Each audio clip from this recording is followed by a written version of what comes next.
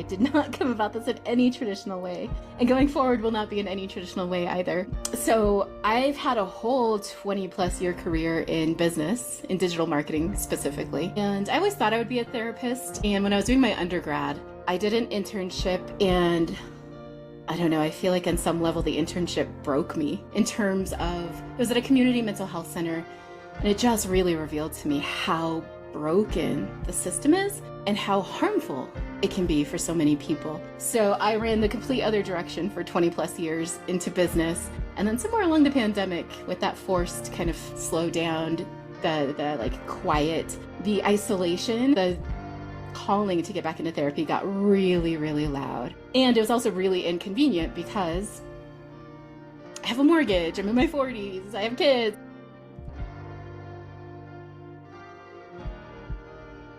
All these modalities into this umbrella that's now called therapy. And so somebody comes into this office, so to speak, they're wrapped around with all of these healers looking at their depression, let's say, from the 360-degree view and saying, oh, Katherine, that depression or that apathy or that overwhelm you've been experiencing, well, your vitamin D levels are low and your inflammation markers are off the chart. And yeah, you did go through some shit in childhood. Let's talk about that too. And let's also fortify your energy field. And let's look at what your soul's purpose is through astrology or through Akashic records or something like that. And let's see how that all fits together.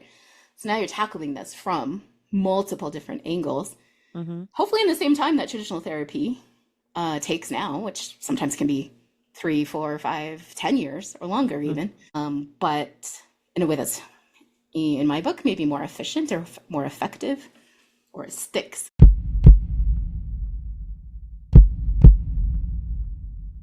Somatic breathwork is all built on this basic premise that our soma, our body, has a memory in and of its own, separate from what our mind has, separate from what our nerve, or maybe in tandem with what our nervous system has. But our body actually carries the memory of all of the stresses and the traumas and the unprocessed emotions that we've ever carried through our lifetime. So somatic breathwork leverages the breath to move that out of our body, get it out of our system. And then there's a whole period after a breathwork session that's called integration, where we come and bring it back, bring ourselves, our body, our emotions, our nervous system kind of back into a new homeostasis, a more balanced homeostasis.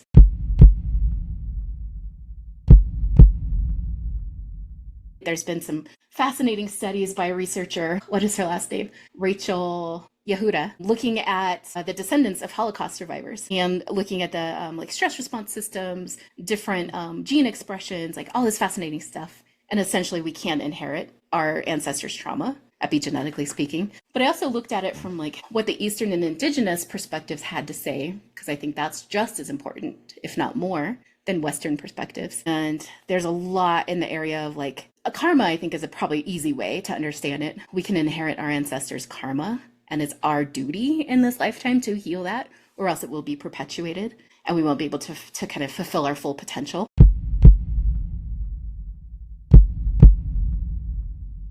What it feels like for the person receiving Reiki. Yeah, like what kind of happens? Yeah, so in a very traditional sense, it doesn't have to go this way, but in a very traditional sense, they kind of lay on like what looks like a massage table. And then the healer kind of comes and doesn't really put hands on the person unless the person has consented to that and there's a need, but there's usually not a need. But the healer kind of opens the container, so to speak. We ask for the flow of Reiki to come through. And then the person receiving Reiki usually doesn't feel much. They're kind of just laying there. And in the moment, they might not feel anything. Usually what's reported afterwards is like, oh, I feel lighter, or I'm more energetic, or that nagging pain that I can't get rid of is gone all of a sudden. And sometimes in the session, you can feel things too. You'll feel like heat, or you'll feel tingling, or you might feel emotions come up and you might want to laugh for no reason or cry for no reason.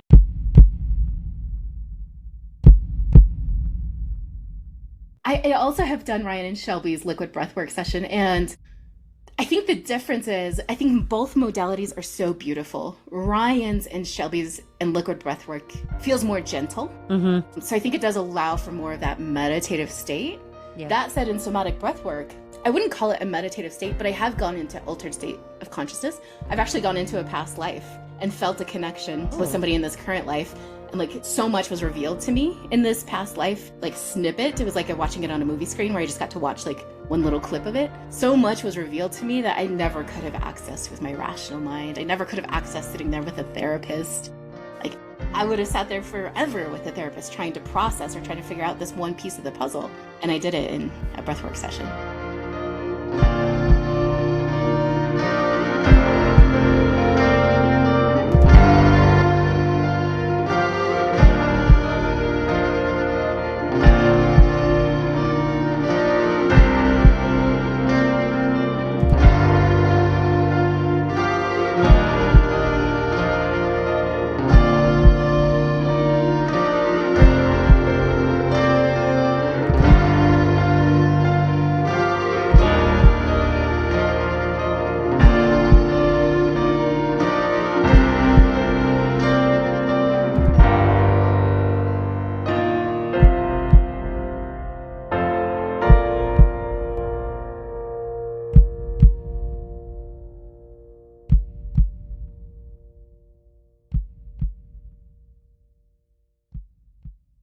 This has been a Shut Up production. Shut up!